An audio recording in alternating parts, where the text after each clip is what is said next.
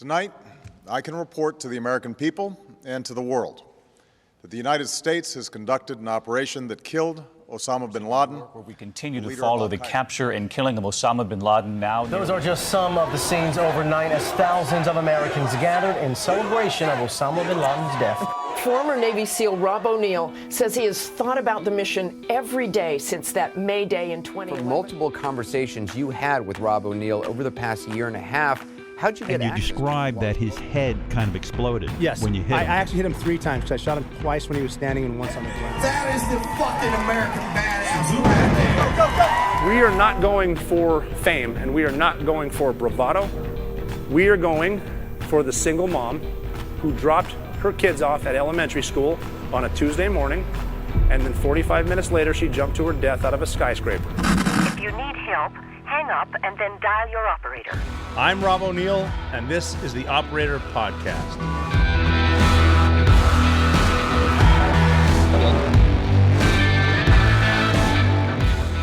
Welcome back to the Operator Podcast.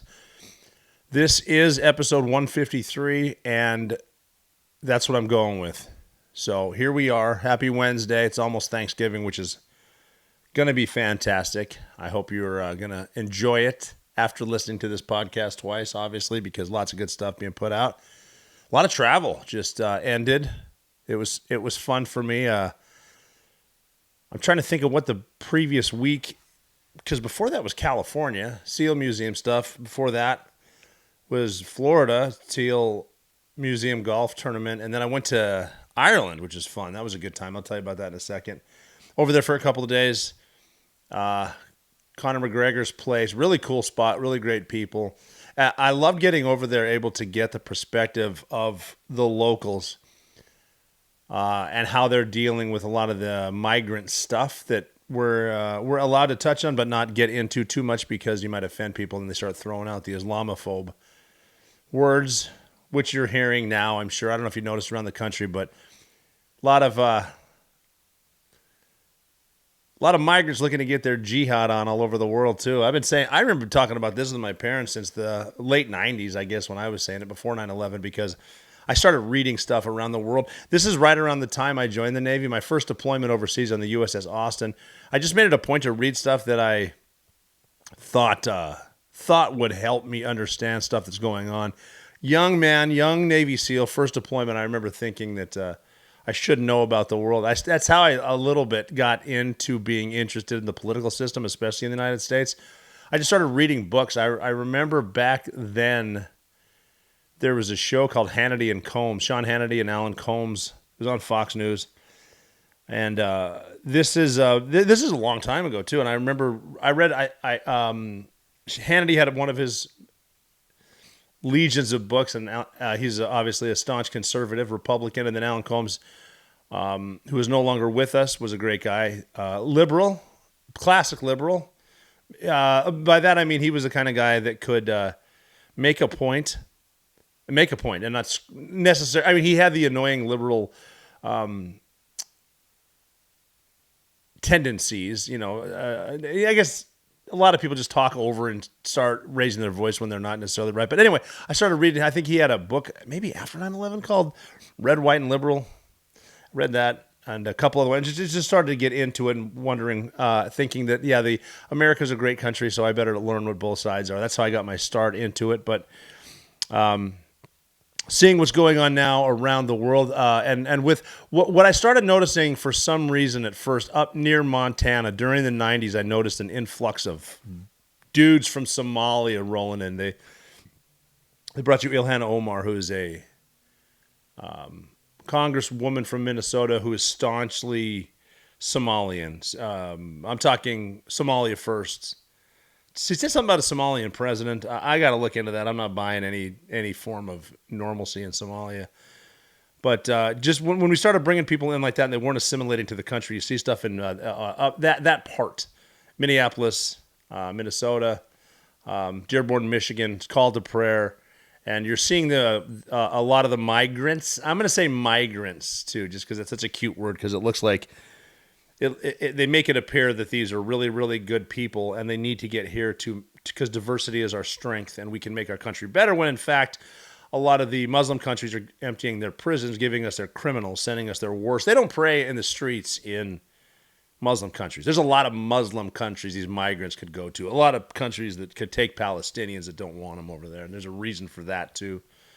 But yeah, I mean, if you take, and this is a conversation I was having with some friends in Ireland who are from Ireland, from Dublin, letting me know what will happen if there is another. They're calling them incidents right now, but the Irish will fight, and it's good to see. But we turn a blind eye, especially in England. I talk about England every day. France is lost.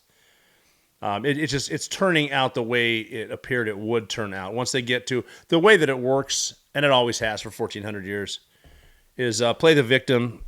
Say you're leaving a war, because if you've noticed, there's a lot of war when you get into religion in the Middle East. There's a certain religion that seems to get really aggressive. But they leave the war. They come to different welcoming liberal societies. You take them in with open arms. And I think I brought it up last week. One dude, for example, can bring in 3 wives. Each wife has a flat. That's 3 different families. That each wife can say their husband's never around because he's not, because he's with his other 3 wives in their flats that are paid for by the taxpayers who are going to work. The migrants are not. And they start having kids. The kids go to schools. The kids inevitably beat up the locals. They start to get, around 30% you're fucked. Because then that's when they start praying in the streets, which they don't do in Muslim countries. That's just a show of dominance. We're here. We're taking over. That's what they're trying to do. They tell us that too. A lot of your opponents, enemies out there are telling you what they're going to do, and people don't want to listen because we are distracted. It was cool to get over to Ireland and discuss some of these things because I think they're pretty serious, especially dudes that like. I was getting one of the dudes that helps with Conor McGregor, one of the striking coaches, one of the organizers, and what he was telling me was it was kind of fun / depressing to see what a lot of the kids are doing. They go to the fight gym all day, and then they play video games all night, and then they wake up and go to the fight gym, and then they play video games. So you got a lot of really tough dorks rolling around, which cracked me up too. I think that's great. If you can support yourself, go to the fight gym most of your time, play video games with your buddies, you're doing all right, man. If you can afford your rent, learn how to fight, that's kind of cool. But yeah, we're seeing it around here. 30% your number. I can get more into that later, but I do think bad stuff is coming because we've had our borders open. But I'm not going to, 4 years, I don't feel like getting, I'm in a good mood because it's almost Thanksgiving, which is a great, I almost said a great sport, a great holiday. I would say it's my favorite holiday, but Christmas is obviously the best. But Thanksgiving, man, we get to eat. I'm excited. We're getting stuff in place. We're in the Operator Podcast. Today, the holiday season is here, so I got to be real and talk about the sponsor of the show with Hexclad, because if you're not cooking with Hexclad, you're a little bit behind, but there's always time, because the kitchen is where it all goes down, especially this week. We got turkeys coming, we got roast, whatever you want to cook, game day feast, sides, what are you bringing, holiday desserts, Thanksgiving stuff, all your pies. And if your current pans panic at high heat or they burn your gravy, it is time for an upgrade, and that's where Hexclad comes in. I talk about them all the time. This is the cookware that's as serious about performance as you are about carving that turkey on Thursday. Tomorrow, actually. So these pans give you the perfect sear, crazy durability, easy cleanup without babysitting. Stainless steel strength, toxin-free, the non-stick that you're always promised to get, but you're not getting. You're going to get it here. Hexclad 6-piece and 12-piece sets are the ultimate gift, because there are many holidays coming too, if you're too late right now, for yourself or for the home chef or for the person who downloads all the stuff on YouTube, myself included, and then wants to make it. The 6-piece set from Hexclad is a perfect starter bundle for any kitchen. It includes 3 of the most popular pans, matching lids, everything you need to handle your daily cook with ease. Breakfast to dinner is what I'm talking about. These pans deliver pro-level performance. You're going to look like you know what you're doing, even if you don't know what you're doing. And then there's a 12-piece set, ultimate all-in-one cookware upgrade. 3 versatile pans, 2 saucepans, family-size stock pot. All the stuff has its own lid, stick-free. It doesn't stick. These are very, very good pans. They can burn really, really hot. Patented laser-etched hexagonal steel ridges. They boost your searing power. Searing's where it's at. I'm going to tell you where to get this stuff because it's a limited time. Hexclad is having this massive Black Friday sale, which is coming up. Go over to hexclad.com, HEXCLAD.com, and get up to 52% off. That's at hexclad.com. This is by far the biggest discount you're going to get all year with HexClad. HexClad.com, 52% off. After your purchase, they're going to say, hey, why did you come here? You say the operator sent you here. You're going to get great deals. HexClad.com and support the operator. It is Thanksgiving, and we need to talk about travel. Well, we don't need to. I think it'd be fun to. We don't need to get into all the wars yet. We can talk about wars if you want, because we're always going to have them. We have to. There's livelihoods involved. It's like the same reason that we got to pay income tax. Nobody likes the IRS except for CPAs, tax attorneys, and the IRS and the government. That's their livelihood. It's like with Congress and insider trading. Well, yeah, it's stupid because they're obviously cheating. Let's just vote them so they can't trade stocks anymore. Well, okay, who's voting on that? Who are the first people to get a raise when they vote on that? Even when the government shut down, well, it's kind of the same thing. So.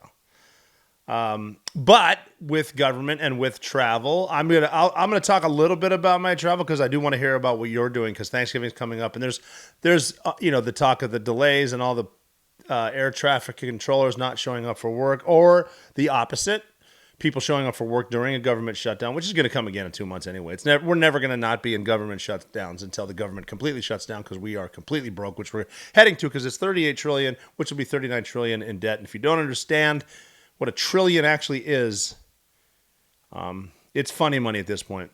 It's just fake money. It's like gold's not that expensive. It's just the dollar's not worth that much. Rent's not that expensive. It's just the dollar's not worth that much. And even though prices are coming down, both sides are going to tell you different. They're going to throw out, you even see if you watch, I don't like a lot of news. I used to be on the news quite a bit. I'm not anymore. I don't like a lot of the news because they're just going to throw you stats. We could literally show you a video of someone or a group of someone's being murdered in Chicago. One guy on a panel on CNN will say that, and the other 19 people on the panel will say, well, stats here show that crime is actually going down, and they show you a fucking meme. Okay, crime's go. A white girl just got burned alive on a train in Chicago, and she's in critical condition as of this recording. I don't give a fuck what meme says crime's down. She got burned alive by a dude following her on a fucking train, man. That's where we're at too. And are you gonna stand up for it if you're there? No one did. You got to figure it does. I mean, it almost goes back to the same argument with socialism and communism and toilet paper and all that bullshit that we're going to be there for each other. No, we're not. Right now, because of politics, there's a number of reasons. Why won't men defend women who are being burned alive on a train? One, because a lot of men are just big fat pussies. That's cut and dry. Two, men that aren't pussies that think about intervening in anything like that. Well, I would, but then I'm going to become a celebrity because I get to be on national television because I'm in Chicago and they're going to come down on me hardcore because I defended someone against a psychopath mental case who should have been in prison, but they're not because Democrats run the city. That kind of thing. Yeah, it's out there. But travel's coming. With that, too, people getting stabbed, killed on trains. And I saw a dude get his coat, his down jacket taken off of him by someone else. Like, look at this poor guy get his jacket stolen on a train.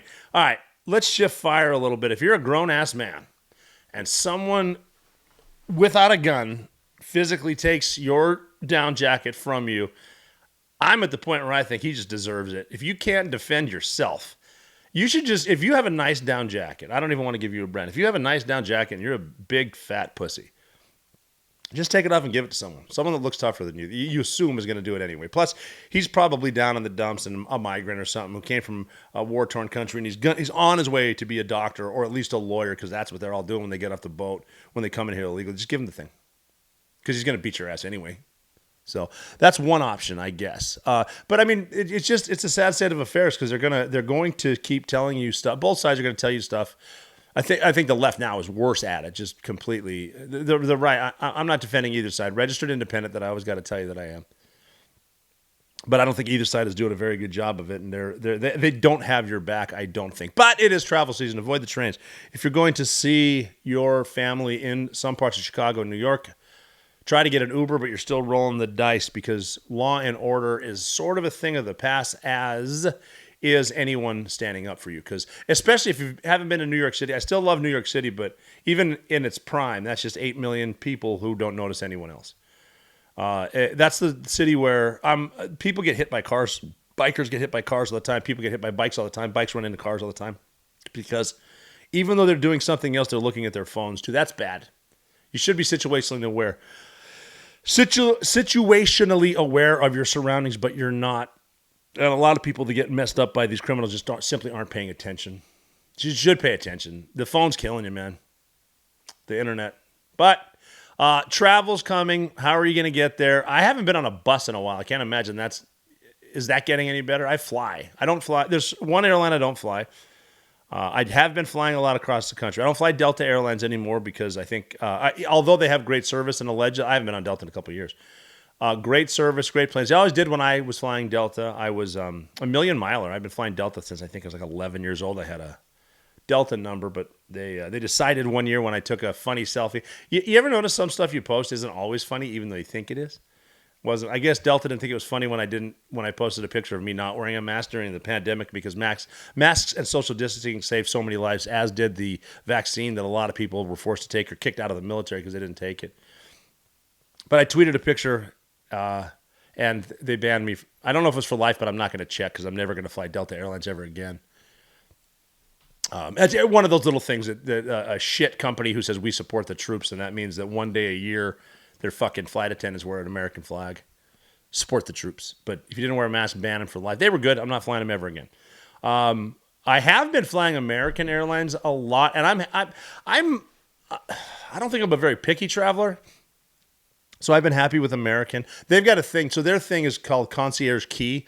I don't think anyone knows how to get that. I've gotten it twice in my life. And when you're dealing with awards or benefits from your miles and travel, you got to get to a certain level every year. And so they have like the Platinum, Executive Platinum. And then Concierge Key is like a myth. And you get to keep the high awards. On every airline, there's something like Mosaic and Premier 1K on United, I think. And if you get to a certain level, you get to keep that. And then you're the asshole that's in the front with everyone else that's getting on the plane early. All the veterans and all the active duty and everyone with a service dog and all the babies and everyone in this level. And eventually like first class. And then you might get your seat and you will not get overhead space. But I've been happy with American. They've been good. So Concierge Key is just when you get on first. You get in ahead of the people faking an injury with a wheelchair and faking having service with their service dog and then faking whatever else they fake. And then you can get on. Concierge Key is pretty cool. But I'm happy with American. I like American. They're my primary. You know who's been really good, though, let's be honest, is because I do a pound for pound test. Like you can spend a lot amount of money. If I'm flying long, I like the beds. I want to get a bed. I'm going to spend a little extra to get a bed flight. If you can get them, get them. Sometimes they're outrageous. If it's a 3-hour flight, suck it up, get a book or whatever, take a nap. Find one of those head things that you can. I've never gotten one of those, the ones where you kind of strap your head around the seat behind you and your head face mask, eye mask is holding your head up. That's pretty cool. But I'll get the bed stuff usually on long flights, especially overseas. But what I found that you can get, pound for pound, as far as price and service, I'm saying JetBlue Mint is the best one. The price is great. If you get like a even more legroom type, because that's how they don't have first class. They have even more legroom, speedier entrance, and all that shit. Flight crews are good. I'm happy with JetBlue, but JetBlue Mint is a bed seat, and the way that it works, there's like levels almost, and they're the same price. So it goes like 2, 1, 2, 1, 2.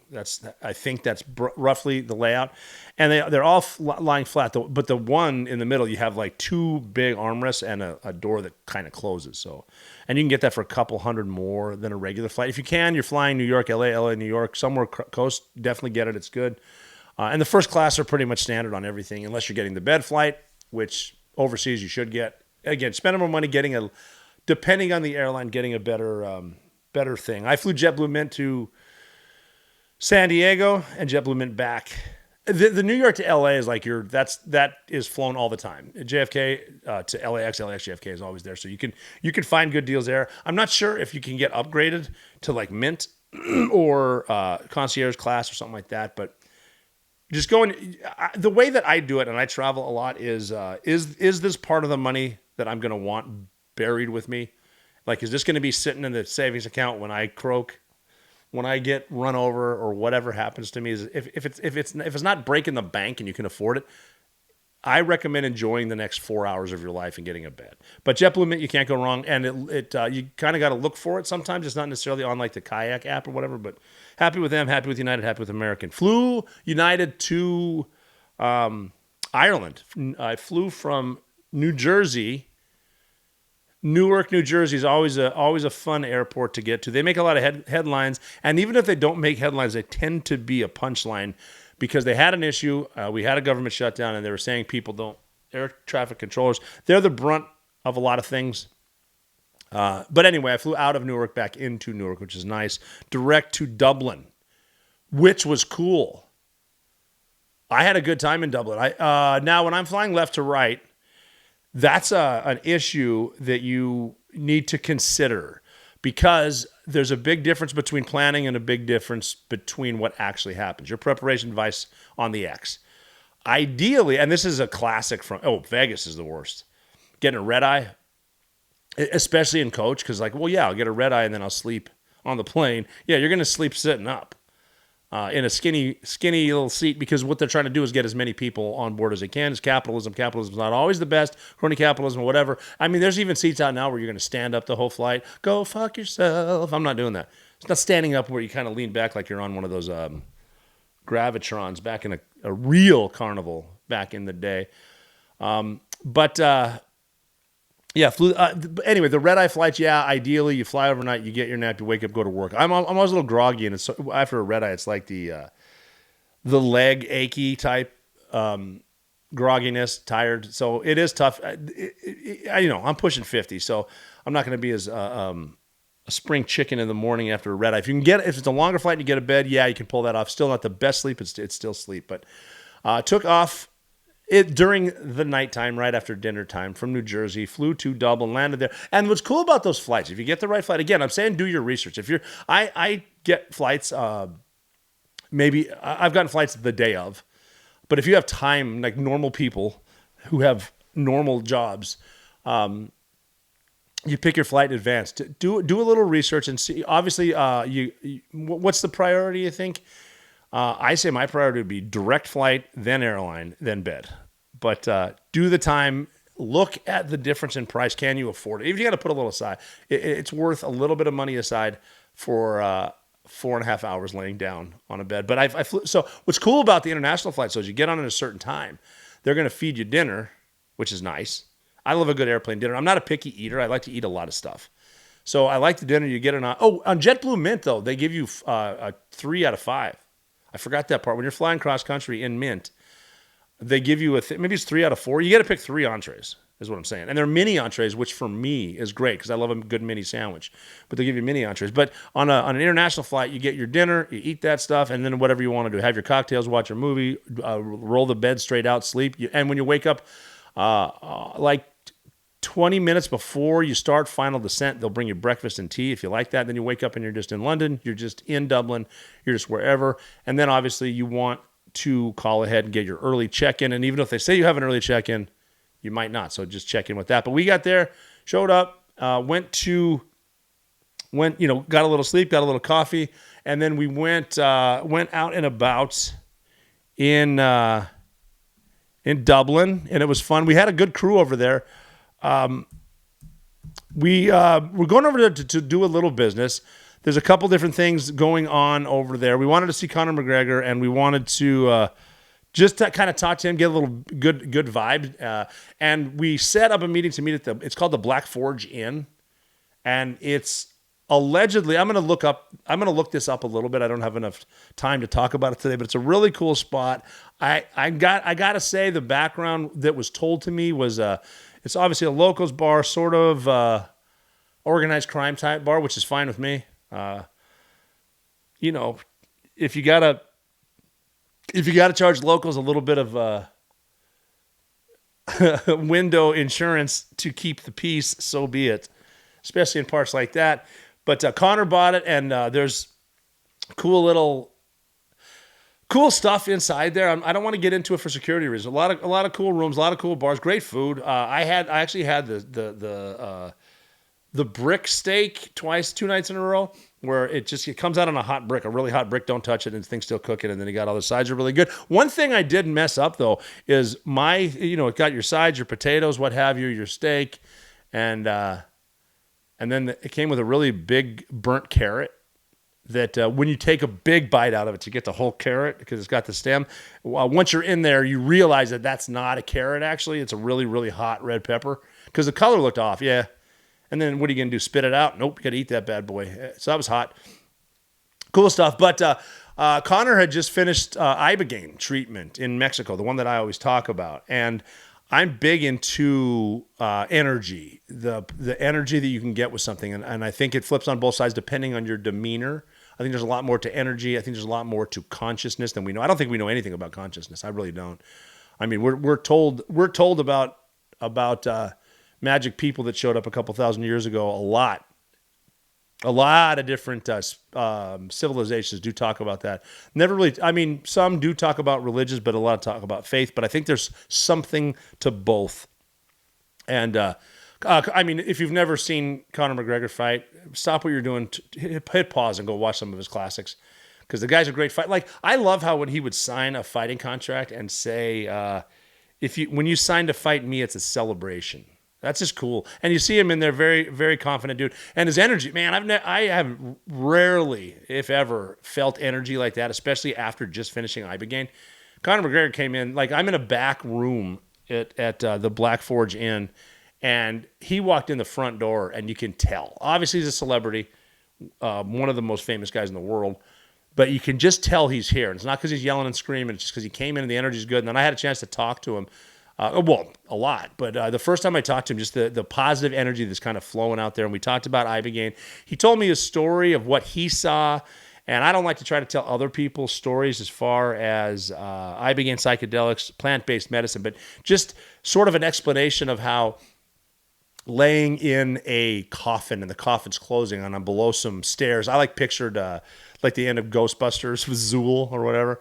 And he said, like, Jesus came down and he was explaining to me how he was kind of fluid, the way he was moving, but it reminded me of the Conor McGregor walk when he's in the octagon after knocking somebody out.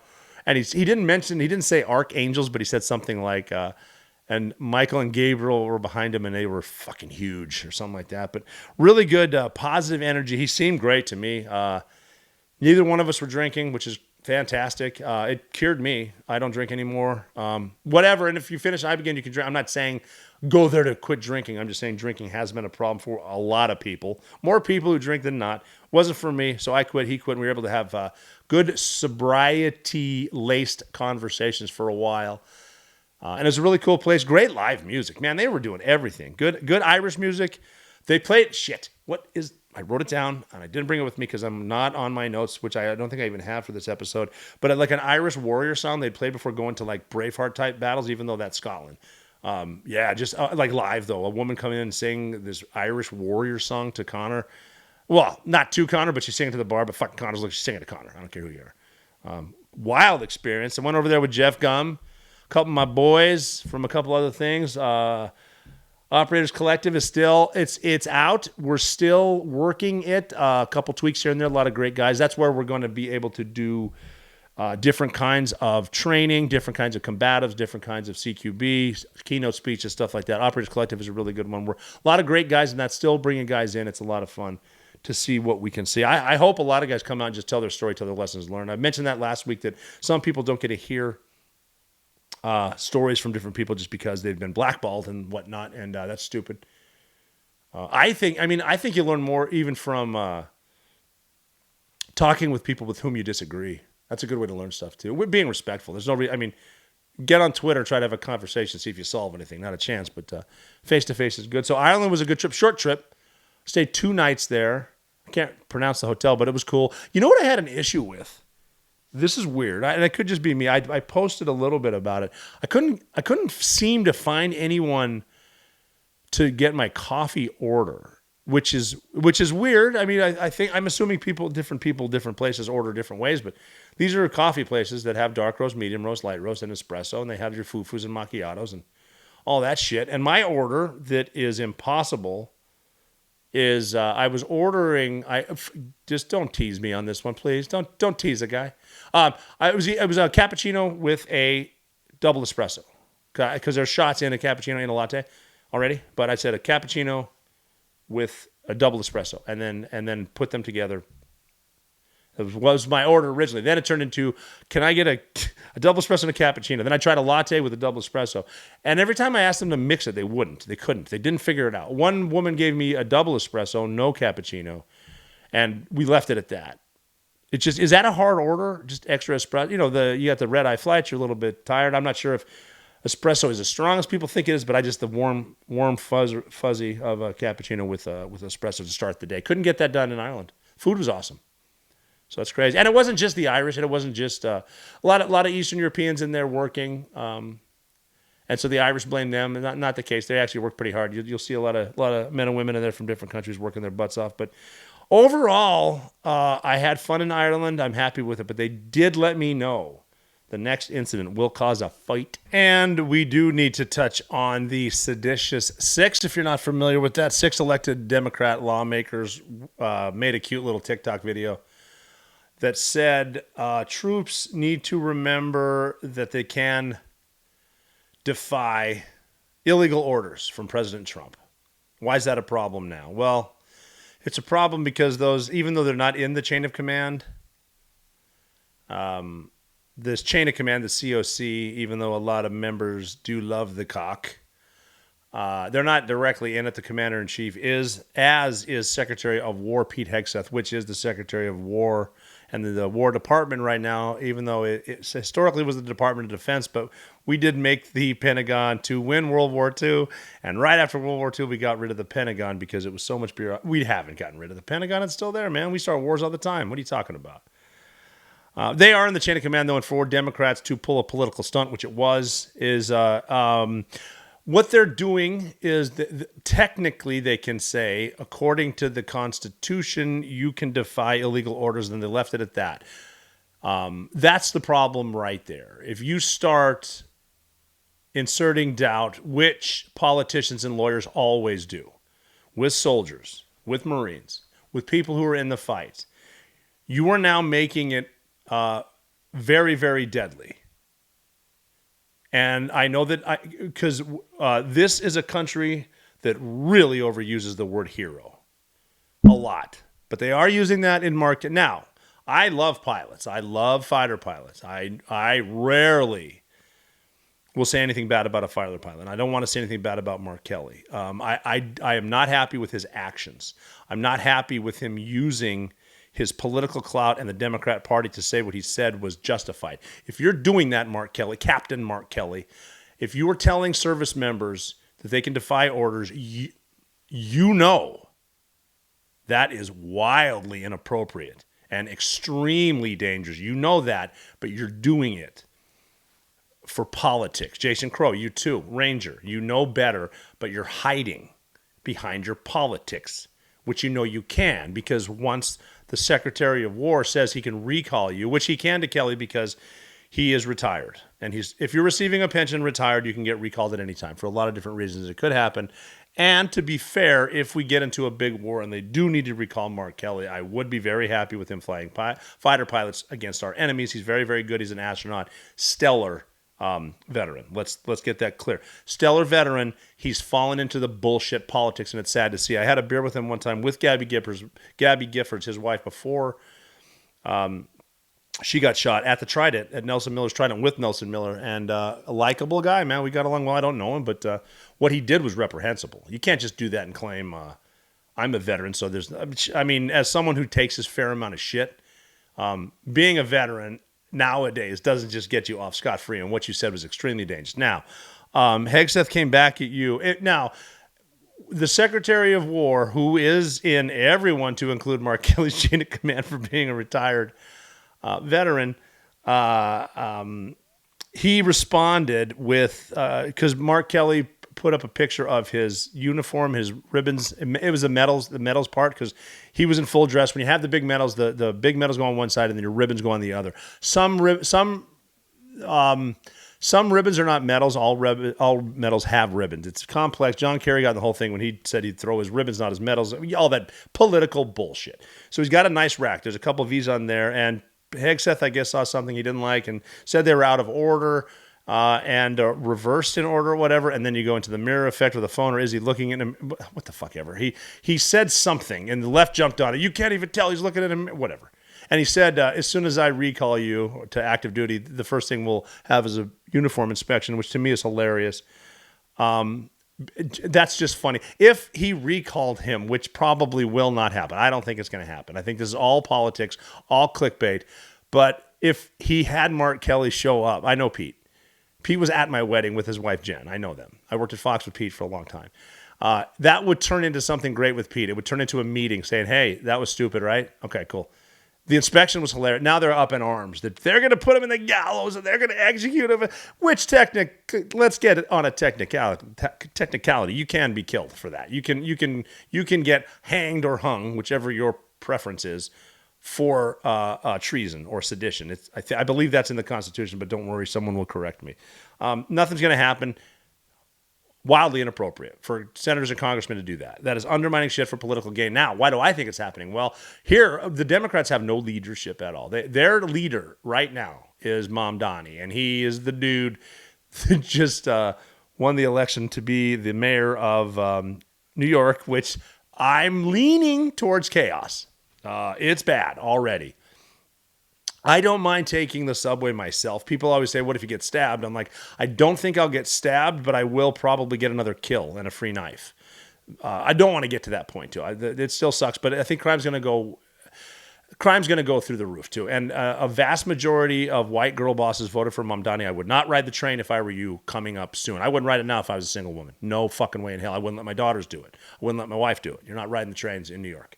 It's going to get worse, I believe. I do like that he went to the White House to meet with Trump, because now let's try, if we can, to think and put ourselves, put the other person's shoe on, get in their point of view. Rent is too high. That's true. It's ridiculous. Too much private equity. Too many rich companies are buying too much property and then renting at a high, and that's crony capitalism. Capitalism is the worst form of government, except all the others. The rest of them are worse. Capitalism is the one we got, and you do get cronies because we deal with people, and it's going to be crony-logical.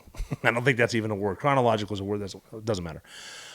Is it going to be better? No, I hope it will. I'm an optimist. I'm also a realist. I think New York's going to get worse, but I like the fact that he went there and talked to Donald Trump. What the fuck, man? Why can't you just have a meeting?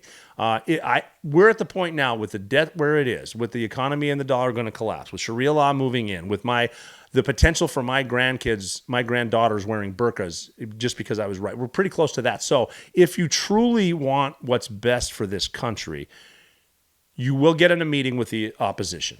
You will get in the same room. You won't just say Nazi, Nazi, Nazi, Nazi, Nazi, fascist, Nazi. If you're doing that, you're all about politics, personal power, your weird-ass fucking agenda. If you care about people, if you care about voters, if you care about people trying to pay rent, not the people that we bring in and give them free shit, which happens a lot, and then those weirdos go defend them when ICE tries to take them out, defending our country. If you're that backwards, there's really no helping you. I don't know why I'm even addressing you. If you care about the country and the people, you're going to meet. They did. You got to talk about that too. Free speech protects speech that is unpopular. You don't cancel people. Free speech, guess what? Say what you will. It's fine. I mean, they're going to call you names, and at some point you got to get over it. Islamophobic, okay, let's break that down. A phobia is something you're afraid of. I am afraid my granddaughter's going to wear a burqa, so I'm Islamophobic.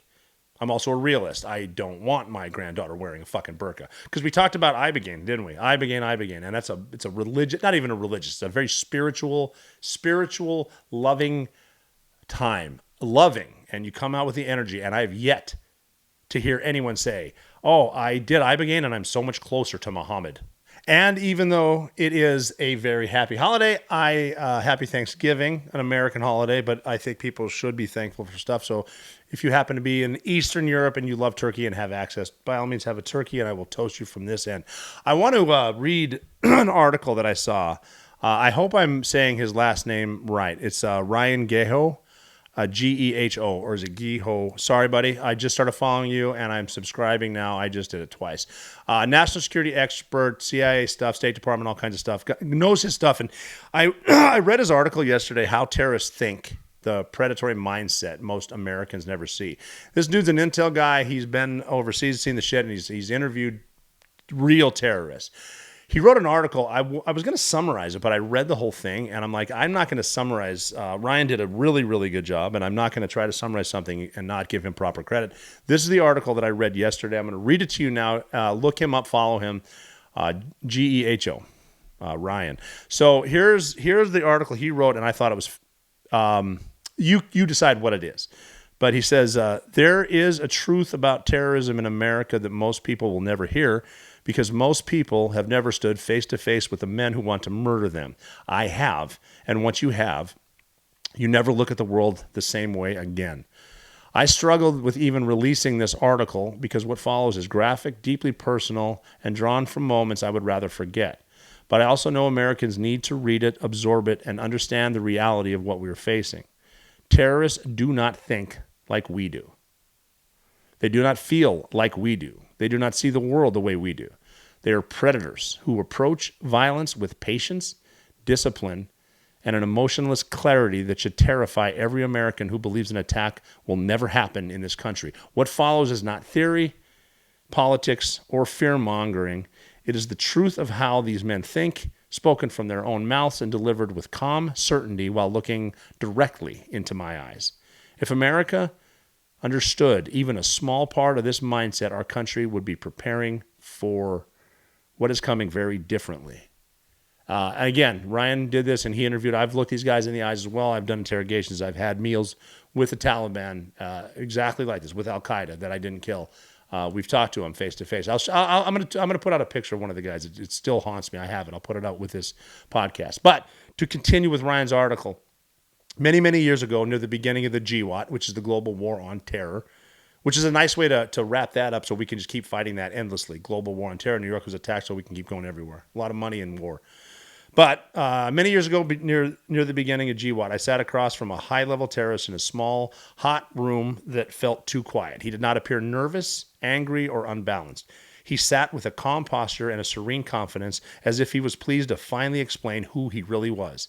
He leaned forward, this is the terrorist, looked directly into my eyes, and told me that Americans and our culture are weak.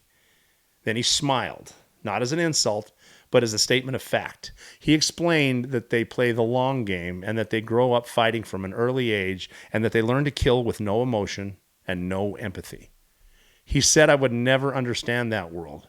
He then told me that the greatest day of his life would be the day he strapped the largest bomb he could carry to his body and kill as many Americans as possible. He said there was no difference between our men, women, or children because every American was an enemy and every American was an infidel.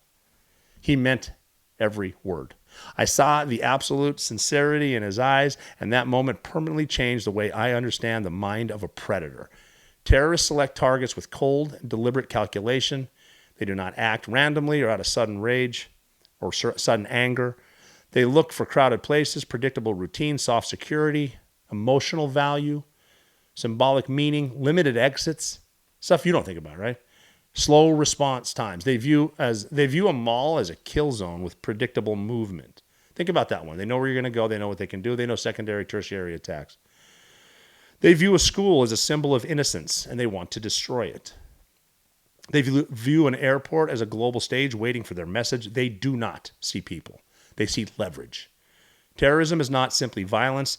It is communication through carnage, and every target is chosen to maximize the shock, fear, and psychological damage that follow. These attackers study us while we are distracted with the comfort of daily life. They pay attention to the details we ignore. They watch when crowds form and disperse. They observe security rotations. They notice when people prop open a side door. They track where police park. They identify blind spots in camera coverage. They know what entrances are used by families and which are used by employees. They sit quietly in public places for weeks while taking mental notes. They prepare far longer than most Americans would believe. Attacks do not happen out of nowhere. They build slowly and silently while the public remains lost in routine and in denial. Their patience is one of the most dangerous advantages. Americans are used to quick results and short attention spans. Terrorists think in months or years. Their belief system fuels their persistence and purpose. Every delay strengthens their resolve. Every failure becomes another lesson. While we focus, they refine theirs. While we lose focus, they refine theirs. While we relax, they rehearse. While we debate threats, they move forward. Their willingness to die is the most understood element of their mindset. Americans cannot fully grasp a mentality where death is victory. These men do not fear death. They believe dying while killing Americans is an honorable and righteous act. Their worldview gives them a psychological advantage that most Americans have never encountered. You want to preserve life. You want to preserve life. They want to weaponize their own death. These opposing mindsets can never meet in the middle, and that is why they believe they have the edge. Terrorists also exploit the psychology of a free and comfortable society. They understand us better than we understand them. They rely on our unlocked doors, our untrained civilians, our slow reactions, our denial, and our belief that someone else will always save us. You should listen to that part twice. They believe that someone else will always save us. They count on civilians freezing in fear, losing the ability to think clearly, and falling into panic. That is what will happen because we're not being realistic about this. That's my own content there. Here's back to the article.